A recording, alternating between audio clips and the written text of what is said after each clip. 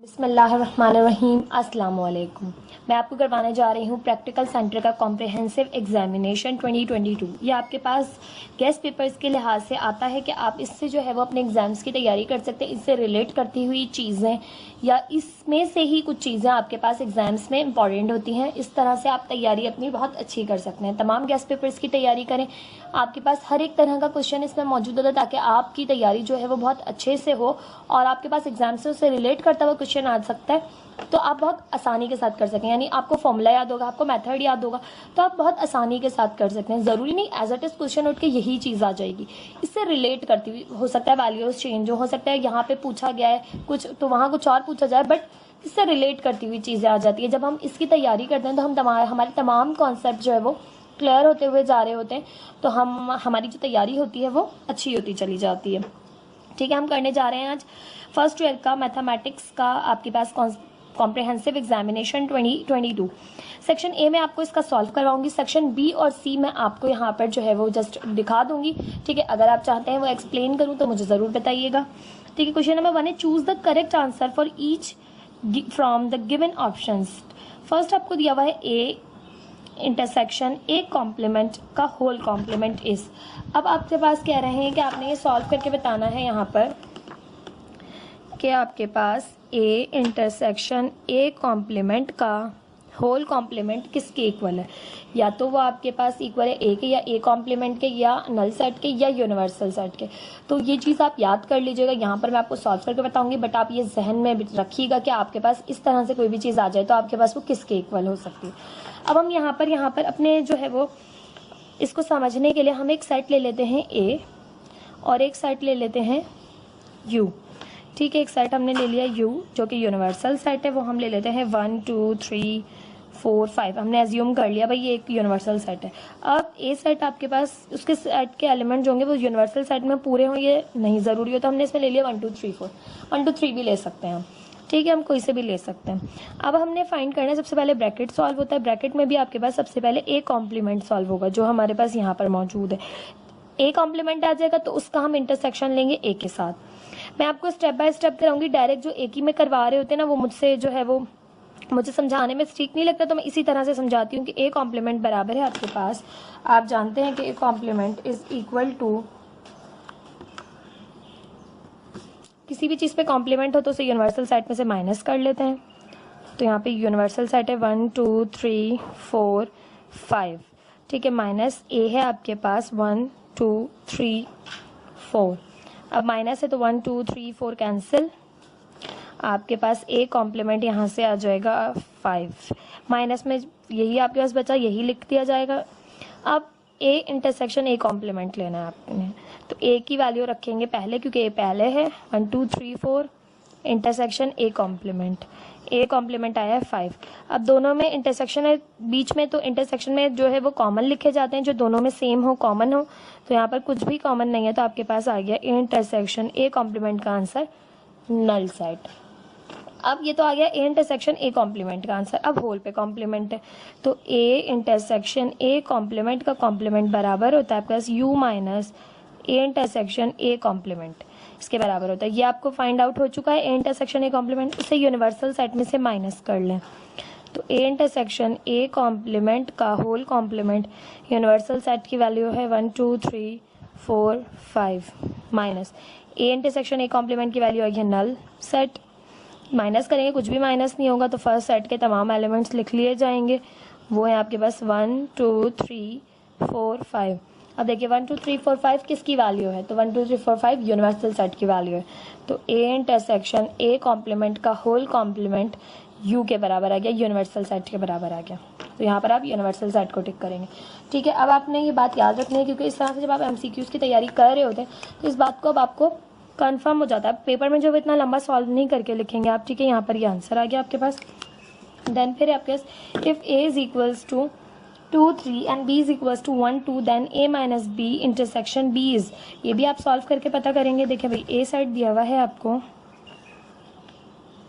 2 3, ठीक है, and B दिया हुआ है आपको 1 2। आपने फाइंड करना है ए माइनस बी इंटरसेक्शन बी।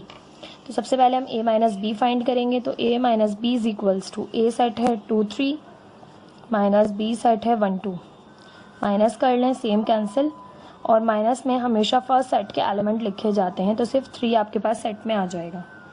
ठीक, अब ये आपके पास आ गया a माइनस बी। अब आपने फाइंड करना है a माइनस बी का इंटरसेक्शन लेना है b के साथ। तो a माइनस बी की वैल्यू आई 3, जो चीज़ पहले होती है वो पहले लिखी जाती है। इंटरसेक्शन b सेट है आपके पास 1 2। अब दोनों में क्या आपके पास कॉमन है?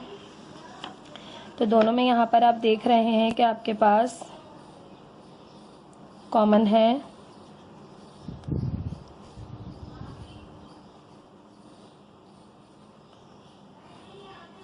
कुछ भी नहीं। ठीक है, यहाँ 3 और यहाँ 1 2 है, तो ये आ गया आपका नल सेट। ठीक है, ये इसका आंसर हो गया। नल सेट को टिक करेंगे।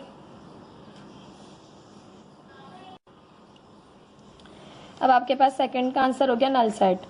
ठीक है, अब है आपके पास if a and b B subsets of a set u such that a union b equal है यूनिवर्सल सेट के, then the set a and b are called.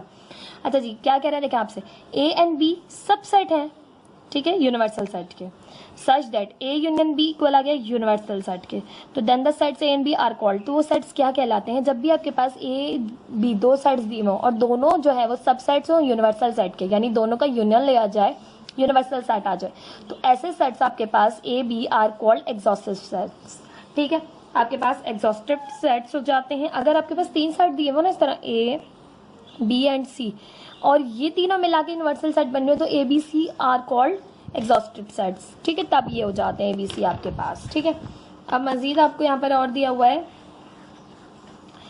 कि for if Z is a complex number then Z bar is.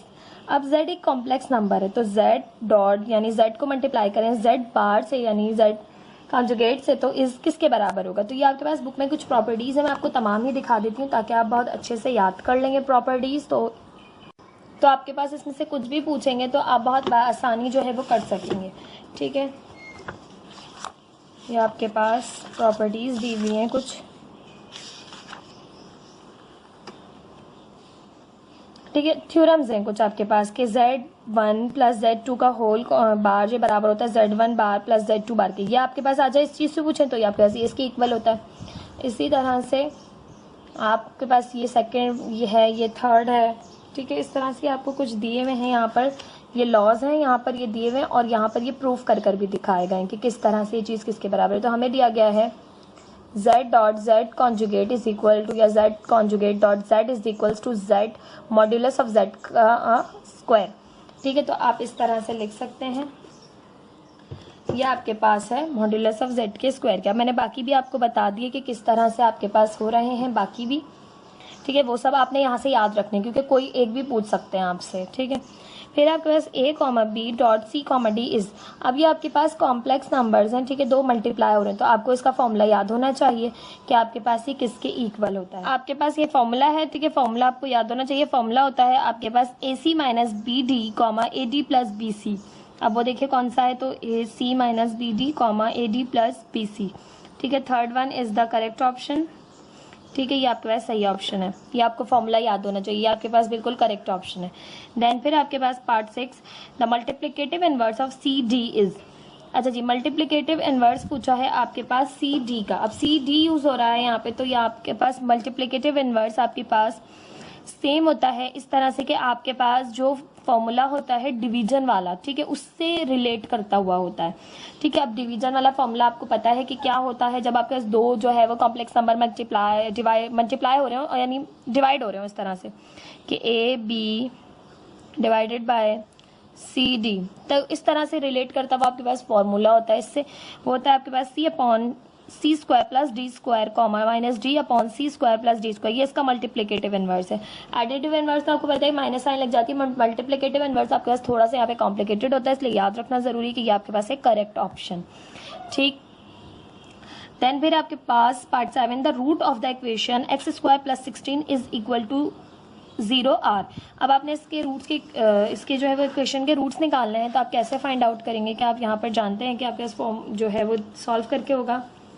X square plus 16 is equal to 0। 16 यहाँ plus हो रहा है, दूसरी side पर जाके माइनस करेगा, दोनों साइड्स पे रूट लेंगे क्योंकि हमें स्क्वायर को ख़त्म करना है। स्क्वायर से रूट कैंसिल, एक्स आ गया। यहाँ पर -16 है रूट के अंदर, तो माइनस प्लस के 16 को अलहदा करेंगे, -1 को अलहदा करेंगे। ठीक है, प्लस माइनस माइनस 16 1 सा 16। हमने इसको अलहदा इसलिए किया कि हम जानते हैं अंडर रूट -1 बराबर होता है आयोटा के। अब रूट के अंदर जब भी माइनस का नंबर आ जाता है, ठीक है, रूट ओपन हो रहा हो भले, लेकिन माइनस साइन आ गई तो उसके साथ आयोटा आना कंपलसरी है। 16 आपको पता है 4 का स्क्वायर होता है, स्क्वायर से रूट कैंसिल हो जाएगा 16 पर, तो 4 अंडर रूट -1 बराबर होता है आयोटा के। तो रूट ओपन हुआ तो +-4 आयोटा आपके पास एक्स की वैल्यू आ जाएगी। रूट ओपन होता है, दो वैल्यूज आती हैं, एक पॉजिटिव और एक नेगेटिव। ठीक है, +-4 आयोटा आपके पास आंसर हो जाएगा यहाँ से। 8 अगस्त if omega is a cube root of unity, अगर ओमेगा जो है वो क्यूब रूट है यूनिटी का, देन 2 - ओमेगा स्क्वायर का whole square will be equal to, तो ये किसके बराबर होगा आपके पास। ठीक है, अब हम सॉल्व करेंगे इसको भी। तो आपके पास है 2 - ओमेगा स्क्वायर का होल स्क्वायर। सॉल्व करें तो हम जानते हैं आपके पास 1 + ओमेगा स्क्वायर बराबर होता है 0 के। तो यहाँ से हम निकालेंगे वैल्यू किसकी, देखें 2 यहाँ रखा, minus sign commonly, omega + omega square का होल स्क्वायर। अब हम यहाँ से ओमेगा + ओमेगा स्क्वायर की वैल्यू निकालेंगे, प्लस का 1 यहाँ जाके माइनस का 1, तो यहाँ पुट करेंगे वैल्यू -1 और ये whole square. 2 as it is minus +1 का होल स्क्वायर, 2 और 1 3, 3 का स्क्वायर, 3 3 = 9। तो आपके पास यहाँ से करेक्ट ऑप्शन आ गया 9। ठीक है, 9 मौजूद है, 9 को टिक कर दें। देन फिर है the sum of all cube roots of 27 is, आपके पास कह रहे हैं sum of all cubes of 27 is, 27 के क्या होंगे आपके पास जो रूट्स हैं उनका सम आपने निकाल के बताना है। ठीक है, तो अब यहाँ पर हमें सम जो है वो इस तरह से आप जो है वो याद रख सकते हैं कि क्वेश्चन आपने सॉल्व किया होगा। अब इतना लंबा क्वेश्चन है, अगर हम इसे सॉल्व करें और उसके बाद इनके रूट्स निकालें, उसको सम करें, तो बस आपने ये याद रखना है कि इसके रूट जो है वो आपके पास ओमेगा 1 + ओमेगा स्क्वायर आपने यहाँ लगाना है। ठीक है, अब 27 जो है आपको पता है 3 का क्यूब होता है। ठीक है, किसका क्यूब होता है, 3 का। ठीक है, तो आपने इन सबको 3 से मल्टीप्लाई कर देना है। 3 1 = 3 + 3 ओमेगा + 3 ओमेगा स्क्वायर, ये आ गए इसके क्यूब, जो इसके किसके 27 के रूट्स। अभी 27 के रूट्स आ गए हैं, तो अब आप जानते हैं 3 आप इसमें से ले सकते हैं कॉमन ले लिया, 1 + ओमेगा + ओमेगा स्क्वायर अंदर बचेगा। ठीक है, तो मैंने आपको निकालने का तरीका बताया था। ठीक है, ये इसके रूट्स होते हैं 27 के। अब इसमें से 3 कॉमन लिया, 1 + ओमेगा स्क्वायर किसके बराबर बताया मैंने आपको, 0 के, तो 0 पुट किया तो 3 0 = 0, तो इसके जो है वो रूट्स का सम वो आपके पास बराबर होता है 0 के। ठीक है, 0 is the correct option. Then फिर है आपके पास 10 इफ 2 के exponent x + 3 = 1/32, then x = x किसके बराबर होगा, तो ये देख लेते हैं हम।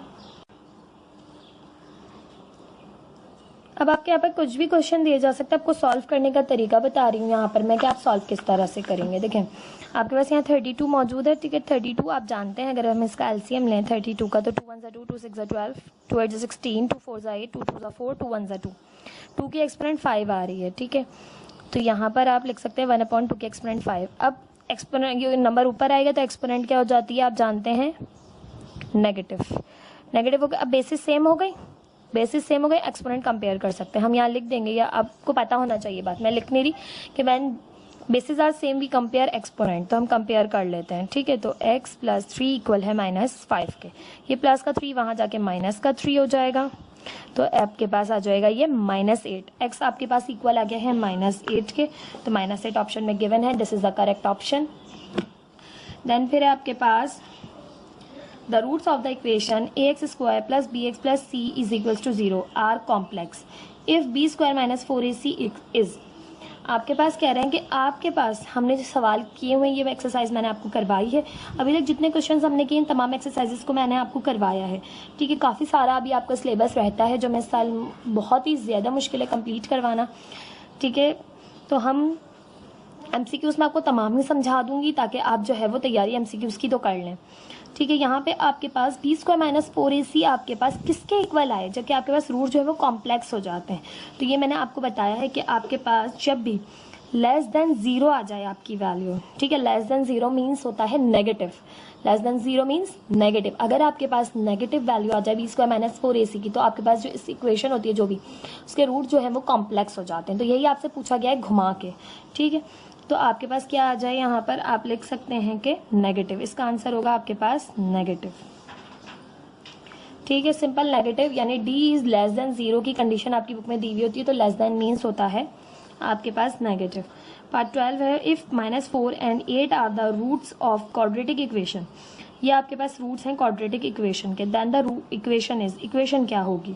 तो इक्वेशन बनाने का बहुत आसान सा तरीका है, आपके पास first term as it is लिखी जाती है जो भी स्क्वायर के साथ, ठीक है। सेकंड टर्म बनाने के लिए आपके पास होता है माइनस लगाते हैं, और आप ये लिखते हैं सम ऑफ रूट्स। अब आपके पास सम ऑफ रूट्स क्या है, दोनों जो आपके रूट्स हैं उनका सम, ठीक है। तो आपके पास यहाँ पर दोनों रूट्स हैं, पहला है यहाँ पर, अगर हम रूट्स लिखें तो यहाँ पर हम जनरल फॉर्म में लिख देती हूँ पहले मैं, चले X square alpha plus beta X plus यहाँ पर होता है product of root, alpha plus beta होता है, यहाँ पर होता है अल्फा बीटा, यानी एक्स स्क्वायर एक्स की टर्म होती है दोनों रूट्स का सम, और जो कांस्टेंट टर्म होती है वो दोनों रूट्स का प्रोडक्ट होती है, ठीक है।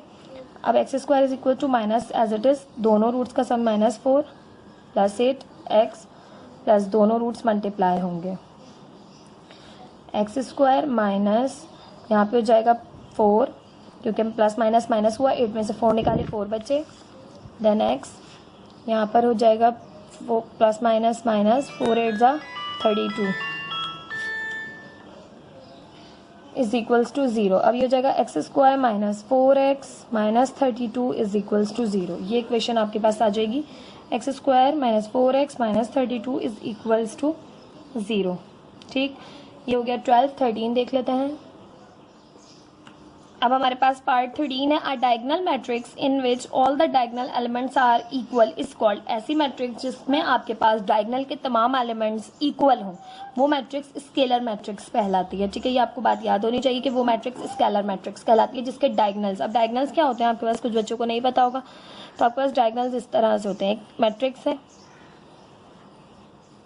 ये इसके डायगोनल्स हैं और ये सेम है, तो इट मीन्स ये स्केलर मैट्रिक्स है, ठीक है। आपके पास ये डायगोनल हो सकते हैं,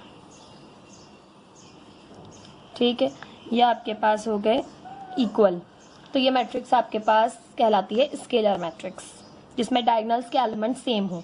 14 है, square matrix A is said to be singular if. ऐसी मैट्रिक्स करें कि स्क्वायर मैट्रिक्स है ए।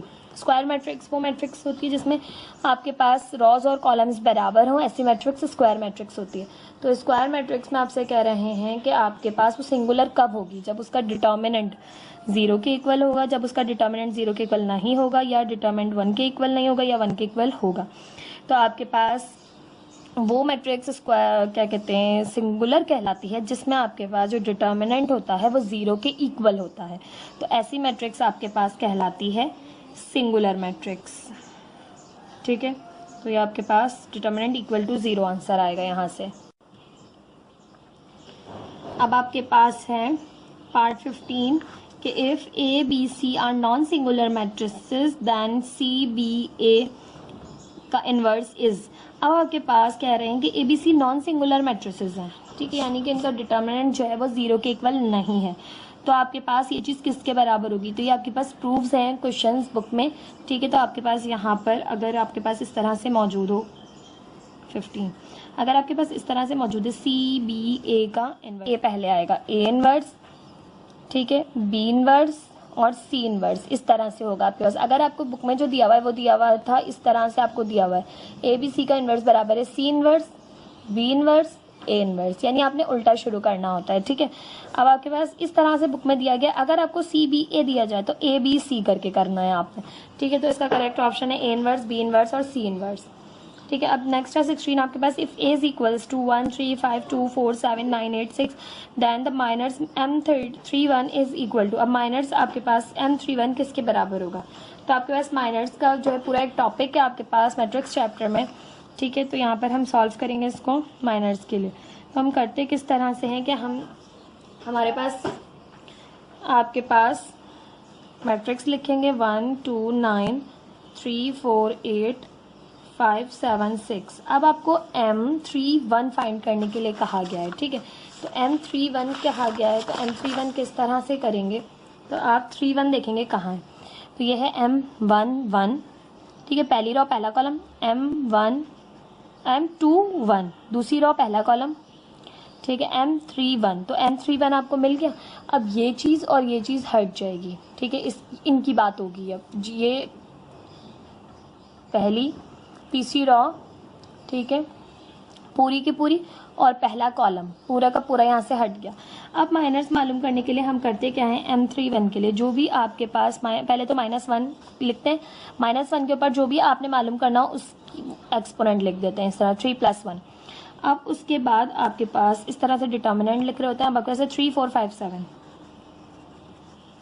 ठीक है, -1 की एक्सपोनेंट हो जाएगी 4, और यहाँ से 3 7 ज़ा 21 -4 5 ज़ा 20, 21 - 20 किया तो आपके पास आ गया 1 -1 की एक्सपोनेंट 4 की तो +1 मल्टीप्लाई में यहाँ भी माइनस किया तो 1 1 1 ज़ा 1, तो M31 आ गया आपके पास 1। इस तरह से फाइंड करते हैं। अगर आपसे कह दिया जाता है यहाँ पर कि यहाँ पे M32 फाइंड कीजिए, ये 3 2 है, तो ये वाली रो और ये वाला कॉलम आपके पास स्किप हो जाता है, ये दो और ये दो आते, ठीक है। इस तरह से आप फाइंड कर सकते हैं M32। अगर आपसे कुछ भी कह दें ना, आपसे कह दें यहाँ पर ये पहली रो है ना, तो first row third column M13 मालूम कीजिए, तो M13 के लिए भी आप यही करते जो हमने किया है, ठीक है। ये रो और ये कॉलम स्किप हो जाता है, ये और ये बच जाते हैं आपके पास, ठीक है। इस तरह से आप फाइंड कर लेते हैं। ये 16 था, 17 है आपके पास, इसका 1 आंसर आ गया था। अब 17 आपके पास, इफ़ 1, x - 1, आगे है 3 आर इन AP, किसमें है, अरिथमेटिक प्रोग्रेशन में है, ठीक है। देन x इज, तो x किसके बराबर होगा, इसको ब्रैकेट में कर लें। 1, x - 1, 3 आपके पास AP में मौजूद है, अरिथमेटिक प्रोग्रेशन में मौजूद है, तो आपसे कह रहे हैं x किसके बराबर होगा। अब हम कैसे फाइंड आउट करें, यहाँ पर हमारे पास अगर हम चाहें x की वैल्यू फाइंड करना, ठीक है, तो x की वैल्यू फाइंड करने का बहुत आसान सा यहाँ पे तरीका है जो आप बाकी सबके लिए भी आजमाएंगे, ठीक है। बाकी सब अगर आपको दिए जाए इस तरह से तो आप किसी क्वेश्चन के लिए भी ऐसे कर सकते हैं।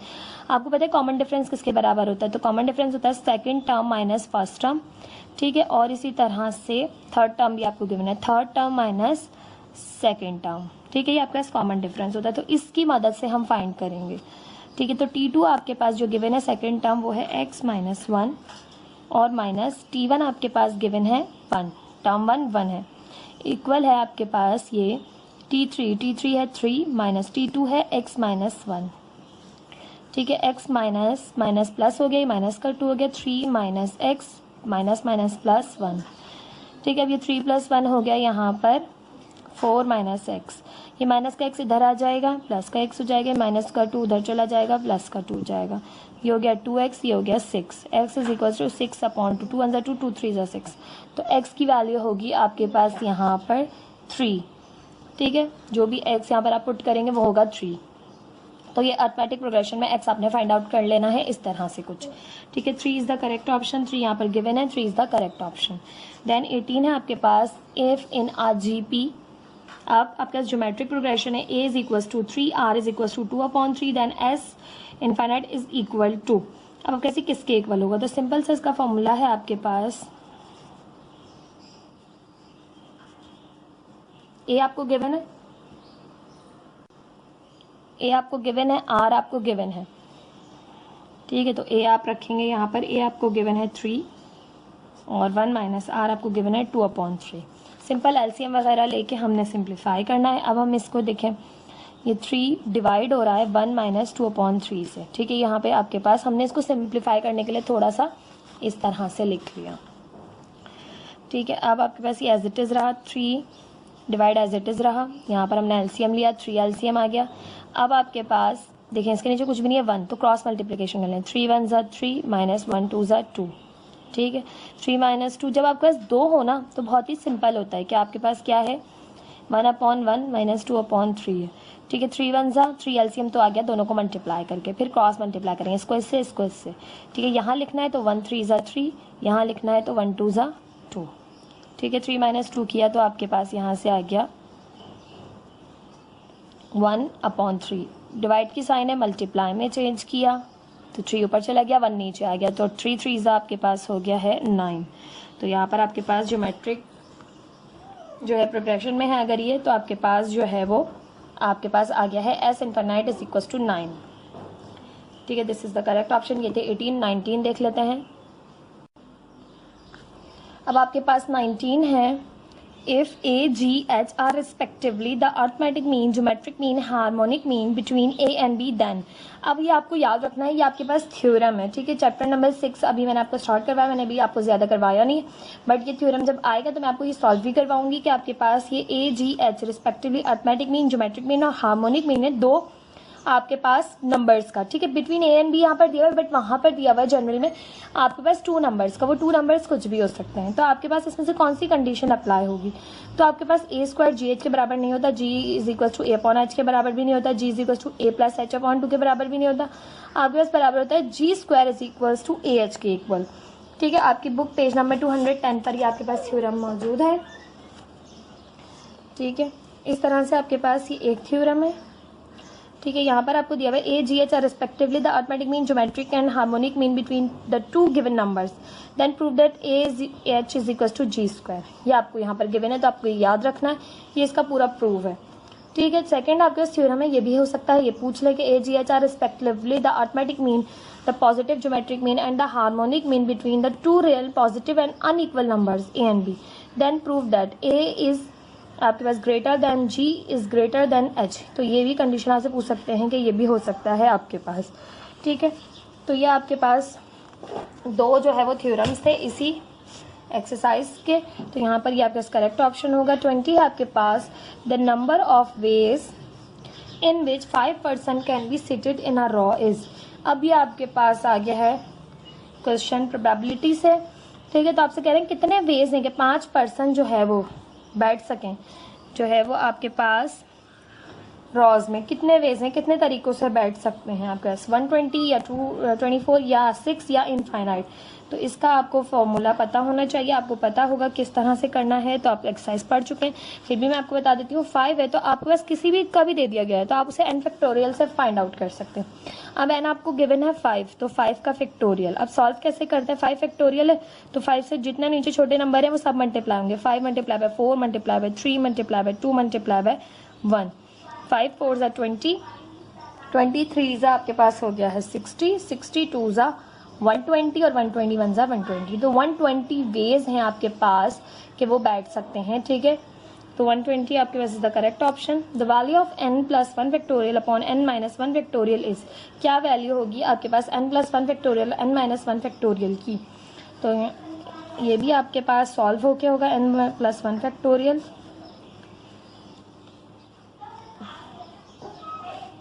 ठीक है, अब आपने क्या करना है, n + 1 फैक्टोरियल को हम कर रहे हैं n ओपन, तो n + 1 n और n - 1 factorial upon n - 1 factorial. n - 1 factorial जो है वो n - 1 से कैंसिल आउट हो गया। ठीक है, तो आपके पास यहाँ पर रिमेनिंग बचा है n + 1 और n फैक्टोरियल। तो इसका जो आंसर होगा वो आपके पास, सॉरी फैक्टोरियल से भी फैक्टोरियल कैंसिल हो गया तो फैक्टोरियल नहीं आएगा, n + 1 आपके पास आंसर होगा। ठीक है, n + 1 is the correct option. अब आपके पास है द वैल्यू ऑफ 532 इज, क्या वैल्यू होगी 532 की? तो इसको सॉल्व करने का बहुत ही आसान सा वे है, आपको कोई भी नंबर दे दिए जाए। ठीक है, तो उसको आप सॉल्व किस तरह से करते हैं, ऊपर 5 है तो ऊपर 5 का फैक्टोरियल, नीचे 3 और 2 है तो पहले 3 का फैक्टोरियल फिर 2 का फैक्टोरियल। ठीक है, तो 5 फैक्टोरियल एज इट इज रखें, बल्कि 5 फैक्टोरियल को ओपन करें। ठीक है, हम 5 फैक्टोरियल को ओपन कर लेते हैं। 5 फैक्टोरियल ओपन होगा 5 multiply by 4 multiply by 3 multiply by 2 multiply by 1। इसी तरह से 3 फैक्टोरियल है, 3 फैक्टोरियल ओपन करें, 3 2 1 और 2 फैक्टोरियल उसको भी ओपन कर लें। ठीक है, 2 मल्टीप्लाई बाय 1। अब देखें 3 से 3 कैंसिल, 2 से 2 कैंसिल आपके पास। ठीक है, और 2 1 ज़ा 2, 2 2 ज़ा 4, तो 5 2 ज़ा आपके पास यहाँ पर आ गया है 10। ठीक है, हमने सारे फैक्टोरियल्स ओपन कर लिए, तो यहाँ पर आपके पास करेक्ट ऑप्शन आ गया है 10। अब है 23, a die is rolled once then the probability of getting a number 4 is. अब कह रहे हैं डाइस को हम एक बार रोल करें, यानी एक बार फेंकें, तो कितने चांसेस हैं आपके पास 4 आने के। तो आपके पास जब भी प्रोबेबिलिटी हो, अब आपके पास डाइस में जो है वो 6 जो है नंबर्स होते हैं, तो हर एक के चांस जो है वो एक टाइम में आने के, यानी 1 टाइम है। तो आपके पास इसका जो आंसर होगा वो होगा 1/6, क्योंकि हर नंबर के चांस है एक आने के, यानी 4 के चांस भी हैं, 1/6 6 जो है वो नंबर्स हैं, और हर एक का चांस एक बार है, तो 4 का भी चांस जो है वो एक ही बार आने का है। ठीक है, क्योंकि हम एक बार डाइस को फेंक रहे हैं। ठीक है, अब 24 है, summation n square is equal to, summation n square किसके बराबर होता है, तो ये आपने याद रखना है। समीशन n स्क्वायर आपके पास बराबर होता है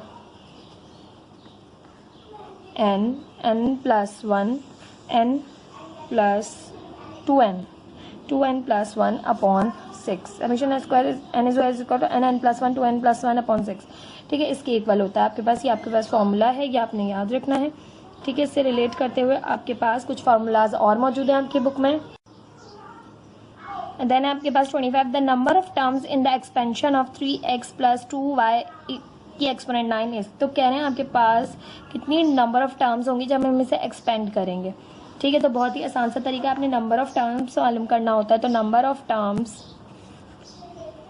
का आपके पास फॉर्मूला होता है n plus 1, simple n plus 1। अब n क्या है आपके पास, यहाँ पर जो एक्सपोनेंट है वो n है, तो एक्सपोनेंट आपके पास क्या दी हुई है 9, तो 9 प्लस 1 करें तो आपके पास 10 आ जाएगा। नंबर ऑफ टर्म्स कितनी होंगी, जब भी नंबर ऑफ टर्म्स पूछे, जो भी एक्सपोनेंट दी हुई है उसमें 1 ऐड कर लें, तो आपको नंबर ऑफ जो है वो टर्म्स का पता चल जाएगा, तो वो होंगी आपके पास यहाँ पे 10। ठीक है, अब नेक्स्ट है 26, the middle term in the expansion of x square plus 1 upon x का की एक्सपोनेंट 2n इज।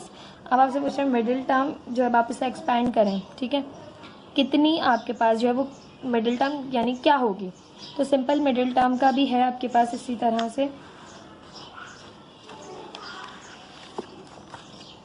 26 है। अब आपके पास है x square plus 1 upon x की एक्सपोनेंट 2n। तो आपने नंबर ऑफ मिडिल टर्म्स मालूम करनी है, तो इसका भी फॉर्मूला है आपके पास, simple number of middle terms is equals to, ठीक है, n प्लस 2 अपॉन 2, ये फॉर्मूला है। अब n की जगह आपने ये नंबर ऑफ टर्म्स मालूम करने का फॉर्मूला था n प्लस 1, ये मिडिल टर्म्स मालूम करने का फॉर्मूला है कि n प्लस 2 अपॉन 2। तो कैसे फाइंड करेंगे, अब n आपको क्या गिवन है 2n, ठीक है, 2 दोनों में कॉमन है तो 2 कॉमन ले लिया, अंदर बचा n प्लस 1 अपॉन 2, तो n 2 से 2 कैंसिल, तो n प्लस 1 टर्म्स होंगी आपके पास मिडिल टर्म का एक्सपेंड करने में। ठीक है, तो n प्लस 1 टर्म आपके पास आंसर आएगा। ठीक है, नेक्स्ट है 27, if modulus of x is less than 1 then 1 plus x square minus dot is equal to, तो ये आपके पास किसके बराबर होगा। ठीक है, तो सिंपल सा है, ये देख लेते हैं। ये आपके पास सिंपली हो जाएगा 1 माइनस एक्स की एक्सपोनेंट -1। ठीक है, ये आपने याद रखना है, ये 1 माइनस एक्स की एक्सपोनेंट -1। ठीक है, 28 देख लेते हैं। अब हमारे पास 28 है, if the arc length s is equal to the radius r, जो है आपके पास जो आर्क लेंथ है s वो रेडियस r के इक्वल है, then the central angle is. अब सेंट्रल एंगल आपके पास किसके बराबर होगा, तो फाइंड करने का फॉर्मूला होता है s is equals to r theta. अब जो है वो आपके पास s बराबर है r के, तो s की जगह भी आप जो है वो r पुट करेंगे। ठीक है, r is equals to r theta, r यहाँ मल्टीप्लाई हो रहा है, यहाँ के डिवाइड करेगा, तो ये r से r कैंसिल, थीटा आपके पास आ जाएगा यहाँ पर जस्ट 1। ठीक है, तो यहाँ पर आप लिख सकते हैं theta is equals to 1 radian. ठीक है, 1 रेडियन आपको ये दिया हुआ, तो ये आपके पास करेक्ट ऑप्शन होगा। अब है आपके पास 29, the angle 330 degree in radian is. अब आपको जो है वो रेडियन में मालूम करना है, तो कोई भी एंगल आपको दिया जा सकता है। आप रेडियन में मालूम करने का जो सिंपल सा फॉर्मूला है कि आपने पाए अपॉन 180 से उसको जो है वो मल्टीप्लाई करना होता है। ठीक है, अब ये इससे जो है वो डिग्री से डिग्री कैंसिल आउट हो जाएगी, और 3 से कर लेते हैं, 6 18, 0 3 3 3 1 3 and 0 110 multiply by pi upon 60। मजीद कर लें, 2 3 ज़ा 6 0, 2 5 ज़ा 10, 2 5 ज़ा 10, 55 डिग्री अपॉन 55 पाई अपॉन 30। ठीक है, और मज़ीद सिंप्लीफाई करेंगे तो आपके पास यहाँ से हमारे पास 5 6 ज़ा 30, 5 1 ज़ा 5, 5 1 ज़ा 5, तो 11 पाई अपॉन 6 आपके पास यहाँ से आंसर आ जाएगा। 11 pi upon 6 is the correct option. ठीक है, 30 है आपके पास। If tan theta is equals to -3 upon 4 and sine theta is negative. ठीक है, pi theta lie is this quadrant. Theta sine की वैल्यू नहीं दी हुई, साइन थीटा बता रहे हैं नेगेटिव है और टेन थीटा की वैल्यू दी हुई है। तो आपसे पूछ रहे हैं जो पी थीटा है वो किस क्वाड्रेंट में लाई करेगा। तो आपने क्वाड्रेंट्स इस तरह से याद रखने हैं, 4 क्वाड्रेंट्स होते हैं आपके पास। ठीक है, इसमें आपके पास तमाम पॉजिटिव होते हैं, ऑल पॉजिटिव। ठीक है, तो यहाँ पर साइन और टेन की ही बात हो रही है तो दोनों की बात करते हैं। इसमें आपके पास साइन पॉजिटिव होता है, टेन नेगेटिव होता है। ठीक है, ये पॉजिटिव ये नेगेटिव। इसकी बात करें तो इसमें आपके पास टेन थीटा और sine theta, tan theta positive होता है, साइन थीटा नेगेटिव होता है। इसकी बात करें तो इसमें भी साइन थीटा नेगेटिव और टेन थीटा भी इसके अंदर नेगेटिव। अब दोनों वैल्यूज़ देखें आप, तो ये भी माइनस की और ये कह रहे हैं नेगेटिव है, तो दोनों है इसमें। तो आपके पास ये फोर्थ क्वाड्रेंट में लाई करेगा। फर्स्ट क्वाड्रेंट होता है, ये सेकेंड होता है, ये थर्ड होता है और ये फोर्थ होता है। ठीक है, तो ये फोर्थ क्वाड्रेंट है, इसमें आपके पास आपकी वैल्यूज़ लाई करेंगी। ठीक है, तो fourth quadrant is the correct option. 31 है आपके पास sine 60 cos 30 degree minus cos 60 degree sine 30 degree. अब आपकी इनकी टेबल की जो है बनाना मैंने आपको अच्छी तरह बताया हुआ है, चैनल पे आप वीडियो सर्च करके देख सकते हैं। Sine 60 degree cos 30 degree minus cos 60 degree sine 30 degree बराबर है किसके।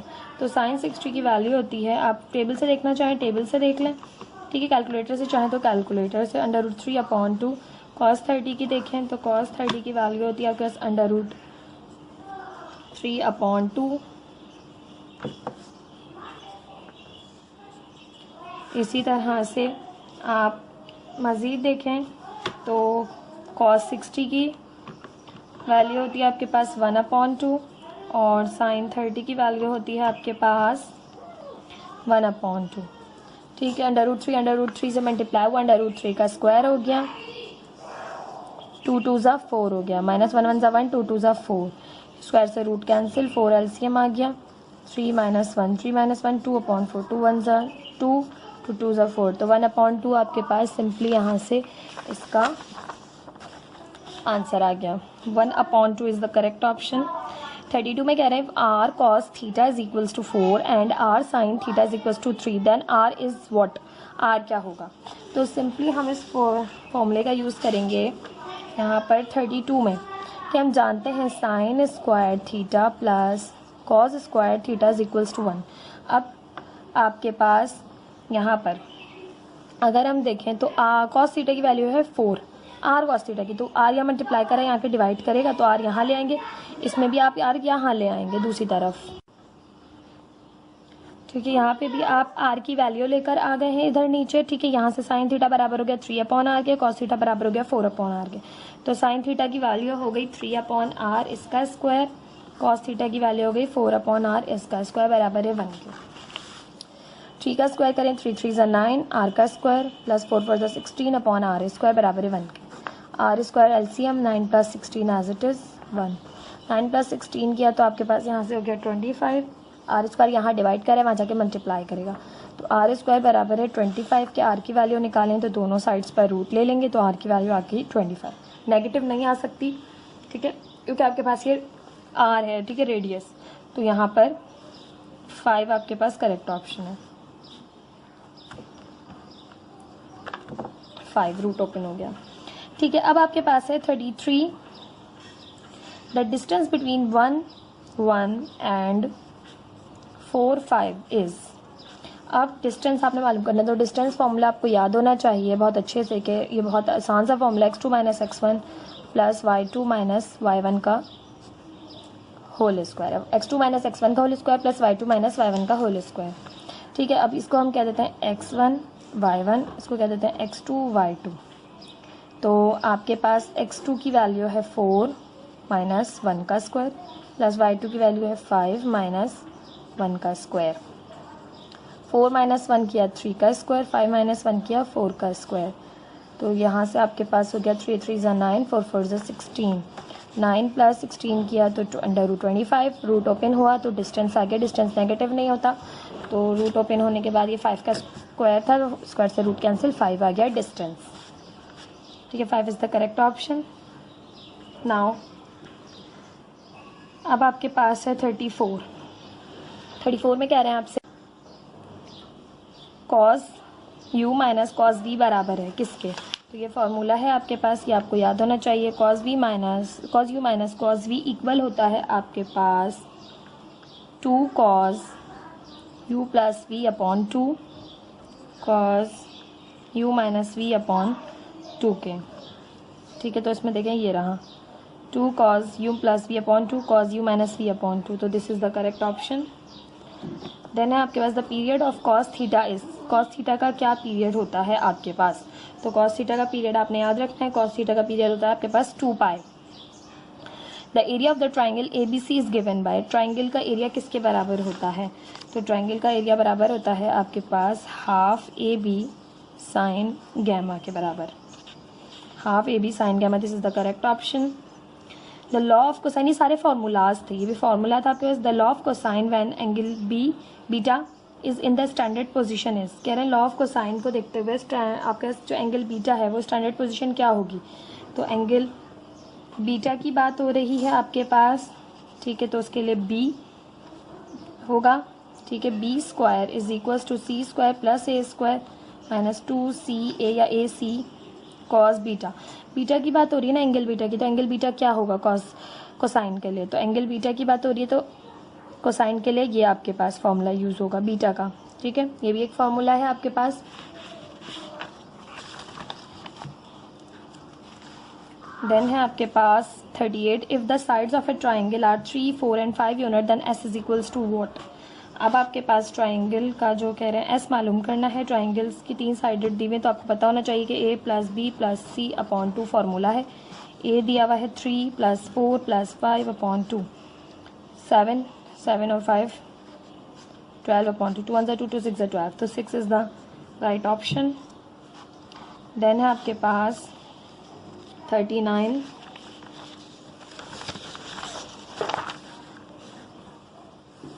में आपसे कह रहे हैं the principal value of 10 arc 10 minus 1 is equals to what, 10 से आर्क 10 कैंसिल आउट हो जाता है। ठीक है, कैंसिल हो गया। अब आपके पास ये किसके बराबर होगा, तो ये -1 के बराबर होगा, -1 रिमेनिंग बचा है। If sine theta is equals to 0 then theta is equals to what, अगर साइन थीटा की वैल्यू 0 है, ठीक है, तो साइन थीटा साइन वहाँ जाके इन्वर्स हो जाएगा। साइन इन्वर्स 0 की वैल्यू क्या होगी, साइन इन्वर्स 0 की वैल्यू होगी आपके पास यहाँ से 0। ठीक है, और 0 को आप लिख सकते हैं 0 या फिर पाई। ठीक है, 0 और pi is the correct option, this is the answer. आपके पास ये हो गए 40 MCQs जो कि इस आपके पास गेस्ट पेपर में दिए हुए थे, जो कि प्रैक्टिकल सेंटर का है। मैंने कोशिश की आपको तमाम समझा के करवा सकूं। अब आपके पास इसमें जो मज़ीद जो सेक्शंस दिए हुए वो मैं आपको दिखा देती हूँ कि किस तरह से आपको सेक्शंस दिए हुए हैं। ठीक है, यहाँ पे आपको दिया हुआ है 10 क्वेश्चंस आपने करने हैं इसमें से। अच्छा, इसको देखना ज़रूरी नहीं होता क्योंकि हमारे पेपर नहीं है, हमने तो जो सारे क्वेश्चंस की तैयारी करनी होती है। तो complex number, algebra and matrix आपको दिया हुआ है। यहाँ से 3 आपके पास चैप्टर्स ये क्वेश्चंस मौजूद हैं यहाँ पर। ठीक है, इसके अलावा अब ग्रुप सीक्वेंस सीरीज और काउंटिंग प्रॉब्लम से आपके पास ये क्वेश्चंस मौजूद हैं। ठीक है, ट्रिग्नोमेट्री से आपके पास ये इंपॉर्टेंट क्वेश्चंस मौजूद हैं। ठीक, ये है आपके पास मैथ्स का पेपर, कॉम्प्रिहेंसिव पेपर जो गेस्ट पेपर है आपके पास। उसके अलावा section C detail answer question का होता है। इसमें आपके पास ये क्वेश्चंस जो है वो तमाम चैप्टर से मिक्स ही दिए हुए हैं। या आपके पास सीक्वेंस चैप्टर से है।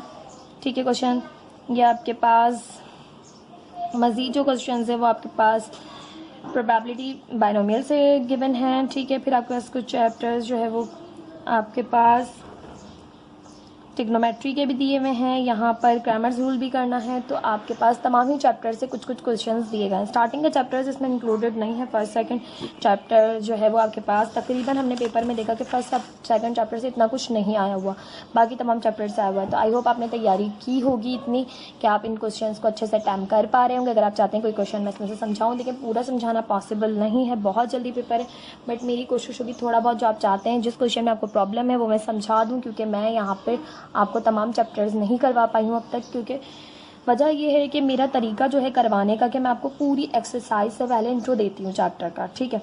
इसके अलावा मुझे नोट्स बनाने पड़ते हैं, ठीक है, जिन पे मैं आपको सॉल्व कर कर दिखा रही होती हूँ।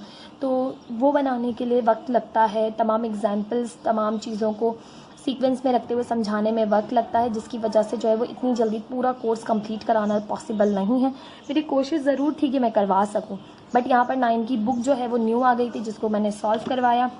तमाम बच्चे जो मेरे चैनल पर रेगुलर है उन्हें पता होगी बात कि मैंने 9 और मैट्रिक और फर्स्ट ईयर को साथ ले जाने की कोशिश की, लेकर चलने की कोशिश की, बट टाइम की कमी की वजह से, थोड़ी मसरूफियात की वजह से मैं तमाम चीज़ें नहीं करवाई हूँ, जिसकी वजह से बहुत माजरत। फर्स्ट ईयर थोड़ा ज़्यादा निगलेक्ट हो गई, बाकी 9th और मैट्रिक का मैंने मैक्सिमम जो है वो कवर करवा दिया था। लेकिन इस साल मेरी कोशिश होगी जो नए आने वाले बच्चे हैं मैट्रिक से फर्स्ट ईयर में, उनके लिए ऐसी प्रॉब्लम नेक्स्ट ईयर ना हो। मैं तमाम exercises with detail with introduction करवा सकूँ। मैं जल्दी जल्दी एक्सरसाइज के क्वेश्चन नहीं करवा सकती, मुझे इंट्रो देने के बाद ही अच्छा लगता है कि मैं क्वेश्चन हर एक चीज़ आपको अच्छे से एक्सप्लेन करूँ ताकि आपको समझ आए। वक्त जो है वो एक चीज़ समझा दी बीच में से निकाल के इस तरह से नहीं समझा पाती मैं ना, मतलब मुझे मज़ा नहीं आता इस तरह समझाने में कि बच्चे को हर एक चीज़ पता होनी चाहिए। अगर उसने मेरे चैनल से एक्सरसाइज पढ़ी है ना, तो उसे कभी भी ज़िंदगी में ऐसा ना हो कि इस एक्सरसाइज में कोई भी चीज़ ऐसी हो जो उससे मिस हो गई हो। उसे हर एक चीज़ पता होनी चाहिए। इससे रिलेट करते हुए किसी भी तरह का क्वेश्चन आ जाए तो वो कर सके बच्चा, ठीक है। प्लीज़ मेरे चैनल को लाइक कीजिए, सब्सक्राइब कीजिए, अपने फ्रेंड्स के साथ भी शेयर कीजिए, अपने बहन भाई जो आपके आने वाली 9th में है, मैट्रिक में है, फर्स्ट ईयर में, तो उनसे कहिए प्लीज़ मेरे चैनल को लाइक कीजिए, सब्सक्राइब कीजिए, अपने फ्रेंड्स के साथ भी शेयर कीजिए। मेरी कोशिश होगी तीनों जो है वो आपके पास क्लासेस का तमाम सिलेबस मेरे चैनल पे मौजूद हो। बाकी सब्जेक्ट्स की भी मेरी इंशाल्लाह कोशिश है मैं स्टार्ट कर सकूँ, कुछ जो है सब्जेक्ट साथ साथ चला सकूँ। जैसे कि फिजिक्स केमिस्ट्री के बच्चे बहुत ज़्यादा कहते हैं कि मिस पढ़ाइए, तो मेरी कोशिश होगी इस साल जो है वो 9 से स्टार्ट करूँ। 9 का कोई भी एक सब्जेक्ट है जो मैं आपको पूरा डिटेल के साथ समझा सकूँ, ठीक। मैट्रिक का भी स्टार्ट नहीं कर सकते कुछ भी, क्योंकि मैट्रिक क्लास का आपके पास न्यू कोर्स आने की पॉसिबिलिटीज़ हैं, जिसकी वजह से जो है वो मैट्रिक को अभी फ़िलहाल मैं कुछ नहीं कह सकती कि मैं जो उसकी कौन कौन से सब्जेक्ट्स को स्टार्ट करवाऊँगी, ठीक है। Thank you so much. अल्लाह हाफ़िज़।